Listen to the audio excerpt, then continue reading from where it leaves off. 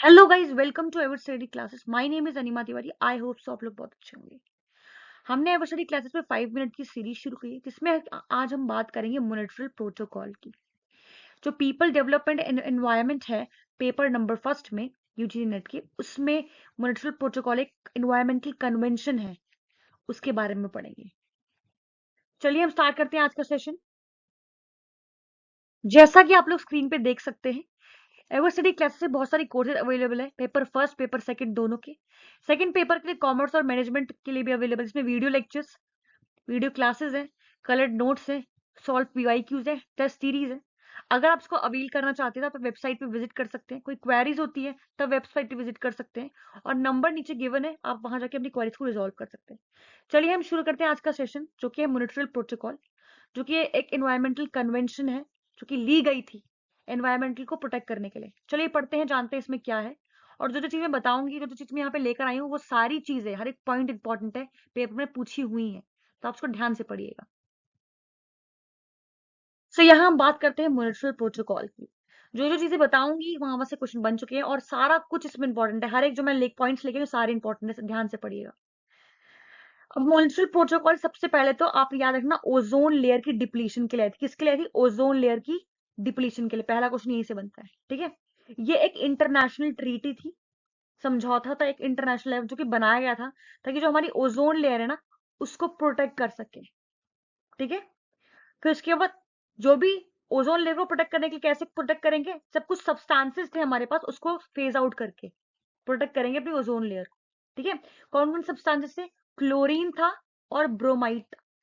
ये दो ऐसे सब्सटेंसेस थे जो कि जिनको फेज आउट करके हम अपनी ओजोन लेयर की डिप्लीशन को प्रोटेक्ट कर सकते थे।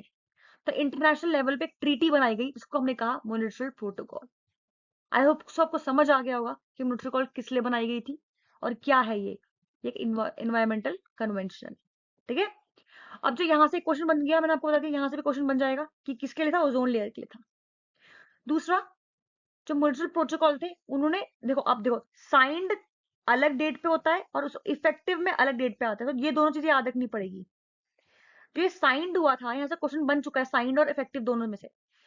साइंड जो है 16 सितंबर 1987 में हुआ, ये ये मॉनेटरी प्रोटोकॉल, बट इसको इफेक्ट में लेकर आया गया, इन फोर्स में लेकर आ गया 1 जनवरी 1989। याद रखिएगा, 1987 को साइन हुआ, 1989 को इफेक्टिव हुआ, इफेक्ट में आया, इन फोर्स में आया। यहां से क्वेश्चन बन सकता है दोनों जगह से, साइन से भी और इफेक्टिवनेस से भी, ठीक है। थर्ड क्या है? जितने भी 197 यूएन के मेंबर थे ना, उन्होंने रेटिफाइड कर लिया, उसी समय साइन भी कर लिया, उसको रेटिफाइड भी कर लिया, अपना भी लिया। तो ये भी इंपॉर्टेंट, कितने मेंबर्स थे? 197 मेंबर्स, सबने कर लिया है, ठीक है। एक और चीज आपसे पूछते हैं, ओजोन लेयर से रिलेटेड है ये मॉनेटरी प्रोटोकॉल। तो ozone layer, world ozone day कब आता है? 16 सितंबर को आता है, ठीक है। ये वाला पॉइंट पे याद रखेंगे। अब देखो, जो मैंने ओजोन लेयर को प्रोटेक्ट करने की बात की थी ना, तो सब्सटेंसेस थे ना उसमें, फेज किसको फेज आउट करना था? सब्सटेंसेस को। तो कौन कौन से सब्सटेंसेस थे? Ozone depleting substances. यहां से भी क्वेश्चन बहुत बहुत बहुत इंपॉर्टेंट है, ये वाला पॉइंट मार्क कर दो। क्वेश्चन पूछ लेते हैं, इसमें से बताइए ओजोन डिप्लीटिंग सब्सटेंसेस कौन से हैं और कौन से नहीं है। आपको टिक करना होगा आंसर, तो इसको आपको याद करना पड़ेगा। कौन से सब्सटेंसेस है? सीएफसी है, क्लोरोफ्लोरोकार्बन, हलोन्स है,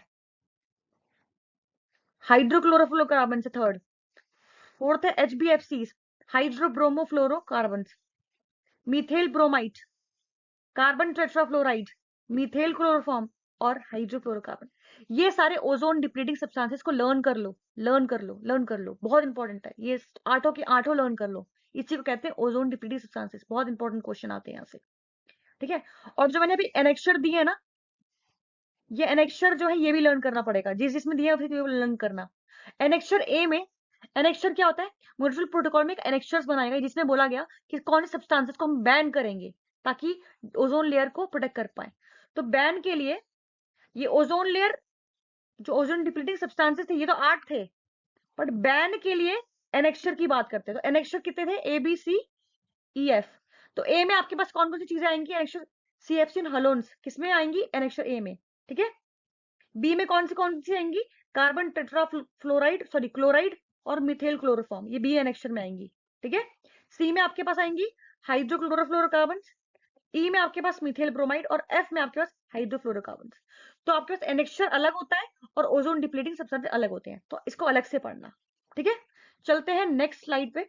आई होप सबको समझ आ गया होगा पढ़ना कैसे है। और सीएफसी किससे रिलेटेड होती है? Refrigerator, air coolants, solvent, dry cleaning agents, ये भी आ जाता है क्वेश्चन पूछने में। हलोन्स फायर एक्सटिंग्विशर से रिलेटेड होती है। हाइड्रोक्लोरोफ्लोरोकार्बन ये भी फायर एक्सटिंग्विशर से या सॉल्वेंट से रिलेटेड होती है। ठीक है, तो ये सभी चीजें याद करोगे आप। ठीक है, अब चलते हैं नेक्स्ट स्लाइड पे।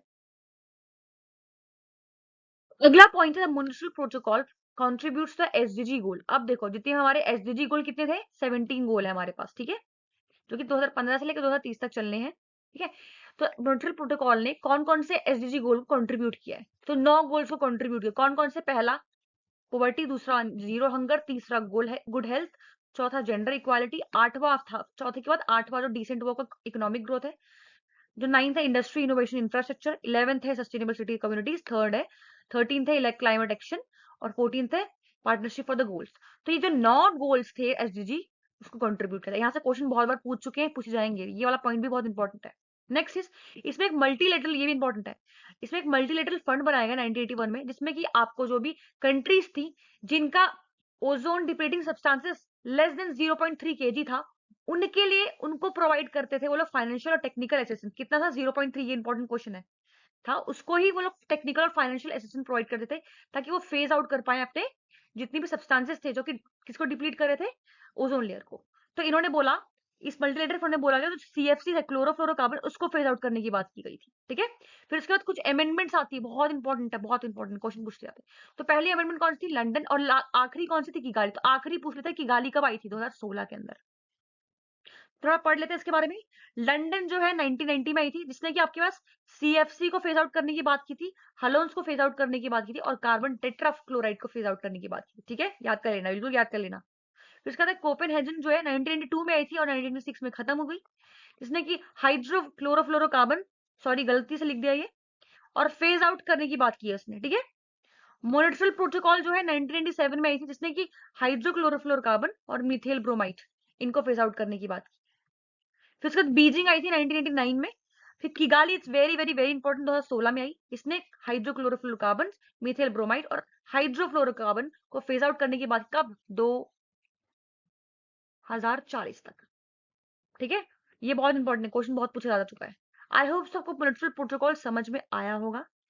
कुछ भी प्रॉब्लम होती है, कुछ नहीं समझ आया, आप कमेंट बॉक्स में पूछ सकते हैं। जो जो मैंने पॉइंट्स यहाँ बताए, सारे पॉइंट्स इंपॉर्टेंट है, सब कुछ लर्न करके जाना, सब कुछ पढ़ के जाना। यहाँ पे कुछ क्वेश्चन है, आप इसका आंसर कमेंट बॉक्स में देंगे। The municipal protocol refers to cooperation among UN members to combat climate action, phasing out the consumption production of ozone depleting substances, ensuring environmental sustainability, safeguarding societal quality of life order। ठीक है, तो इसका answer comment box में दीजिएगा। I hope सबको municipal protocol समझ में आया होगा, क्या क्या पढ़ना है, कैसे पढ़ना है, क्या थी म्युनिसिपल प्रोटोकॉल। ठीक है, कुछ भी प्रॉब्लम होती है कमेंट बॉक्स में पूछ सकते हैं। एमएस स्टडी क्लासेस को लाइक शेयर सब्सक्राइब करें। Thank you very much.